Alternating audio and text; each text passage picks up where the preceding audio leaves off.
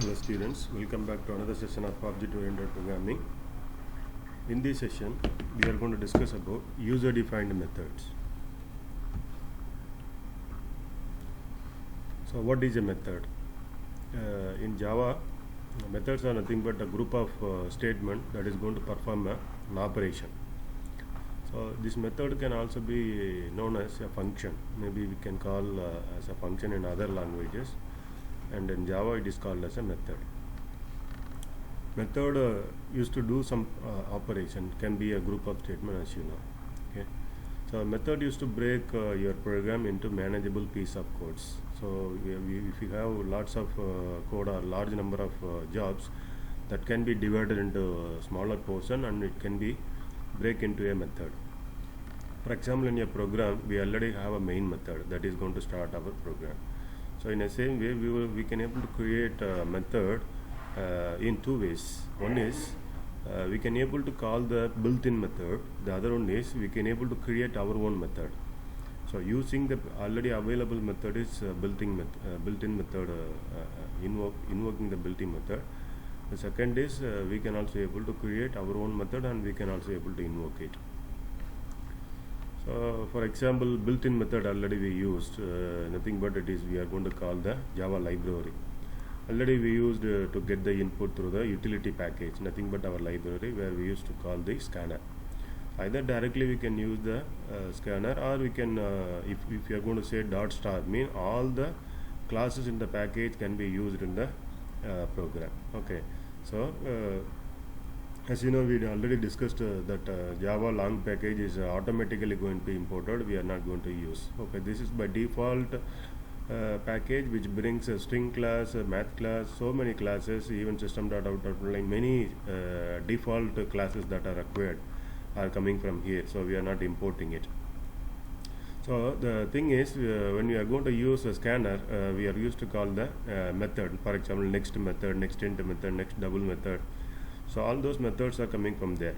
Okay, so this is calling the built-in method or using the built-in method, and we can able to create our own method. Okay, it is called the user-defined method. So to work with the user-defined method, first of all we have to define the method.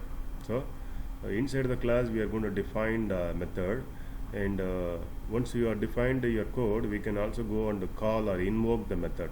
Invoke means we can call the method. So this invoking method can be called in another method or can be called in a main method. If we have another user-defined method, in that method we can able to call some other user-defined method, or we can also call it in a main method. Now we can see the syntax. So syntax starts with the modifier, return type, followed with return type. We have method name, and within the parentheses, this is a parenthesis, opening parenthesis, closing parenthesis. We can have n number of parameter here.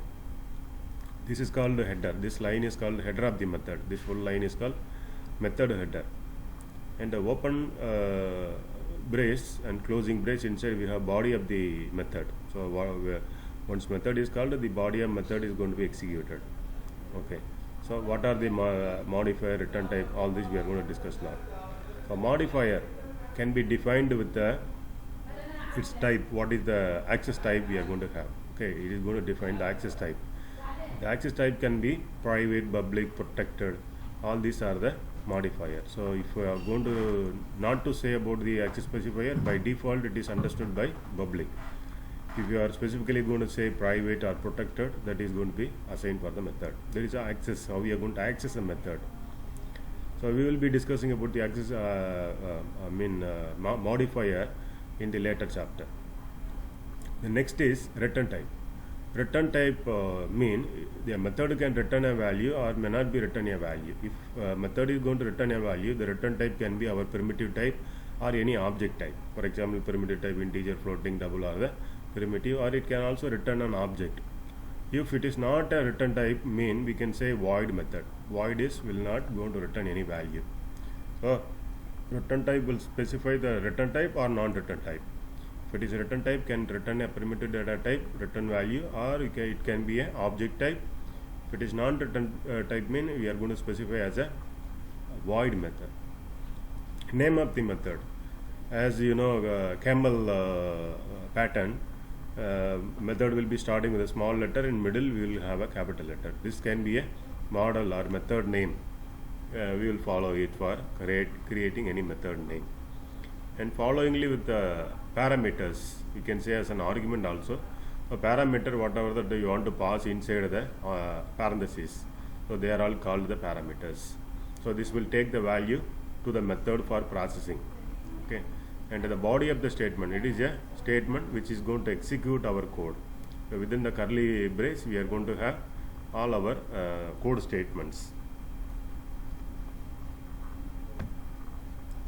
When a method is going to be used, we can use it in 4 different ways. Okay, so a method with parameter with return type, a method with parameter without return type, a method without parameter with return type, a method without parameter as well as without return type. So these ways we can use. For example, you can see the first one, that is a method with parameter without return type is given. You see here, public is modifier, void, that means it is a non-return type method, addition is a method name, and we have an argument. So integer a comma integer b is an argument, and curly brace opened here, curly brace closed here, and inside int sum equal to a plus b. This is a statement. Okay, and system.out.println is going to print the statement of what is the sum. Okay, these two statements are the body statement, and public void addition of integer a integer b, it is a method header in which public is a modifier, void is a return type, that means it is not going to return any value, and addition is a method name, and integer a integer b is a parameter. And in this method we have no return type but with argument. And the second one is a method with parameter with return type. We can see here there is an int. Previously we had void, so now we have a int here. So int means it is returning a value. The return type is integer type, so value can be returned as an integer. And you see here there is a parameter also. And so what we can say is a method with the parameter as well as with the return type. Okay, that is integer type. And the method finally should return a value. If there is a return type given, mean we should have last statement as a return value. So for example, we have condition here a greater than b something, and we have group of statement here if condition is true, and finally we are returning here some value. So this return type will reach to the method. Else means we have some other code, and finally we are returning the value. Okay, so returning based on the return type we have given, so it should return the value. So diff is a return type here, that is declared as an integer value because the method is returning an integer type. So the method, whenever it is going to return a value, it should be a same type. Okay, so next is you can see another type, a method without parameter with return type. So you see here there is no parameter but there is a return type here. That is what a method without parameter and with return type. So it is integer type, we have some code here, finally it is returning an integer value.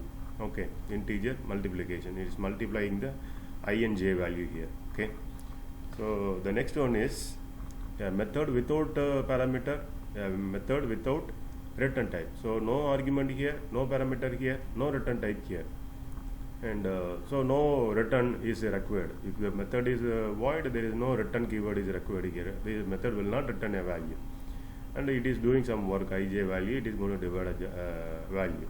Okay, so this is all about the four categories of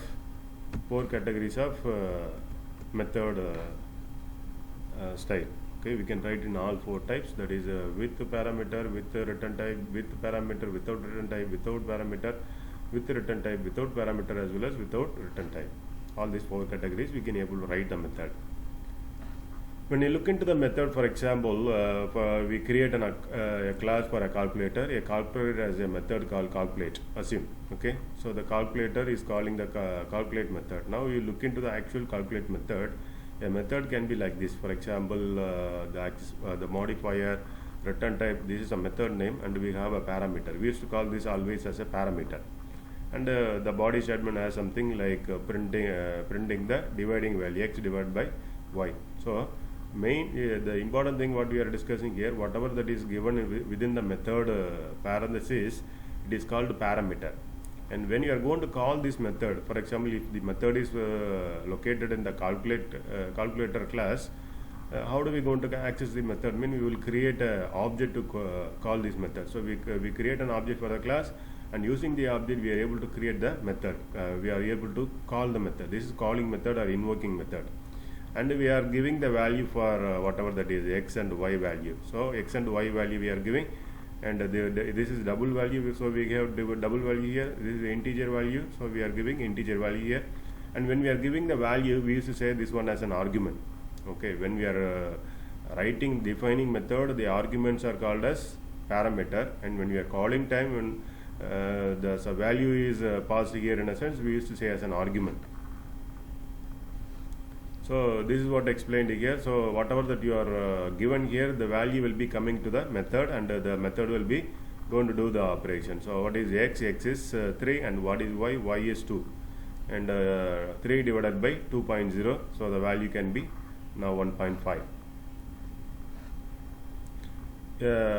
Argument, that is a matter. For example, you know that integer x double y is given. If you are going to, for example, give 2.0, 3, that means it will not accept, because the first value is integer, second value is double value. So we have to give the appropriate way, that based on the method header, whatever that sequence of parameter is given, as it is with the same data type, must be passed respective value.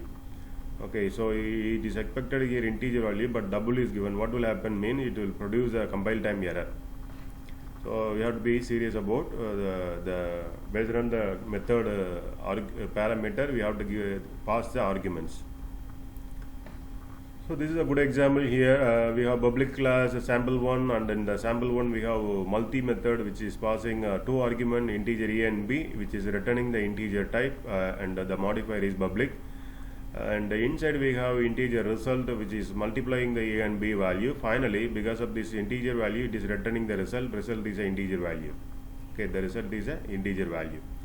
And this is one class, and in the class we have a main method, that is public static void main, and in this class inside we are creating a object. Okay, the main method is creating an object here. Sample one object is sample we are creating, and through the object we are calling the multi method. So multi method is passed with the 2 integer number 5 and 2 we are passing here, and what is happened, this 5 is going to assign for a and 2 is going to be assigned for a b, and what will happen, 2 multiplies 5, sorry 5 multiplies 2, so 10 will be there. So 10 is assigned the results, then result is returned by the multi. So when you are going to assign in the x is equal to object at multi, this will return a value that 10 will be assigned here in the x. Now we can print the x to see the value. So this is a good example. This method is a return type method, as well as it is having a parameter. If you are going to access a method without creating an object, we have to use a static in the method.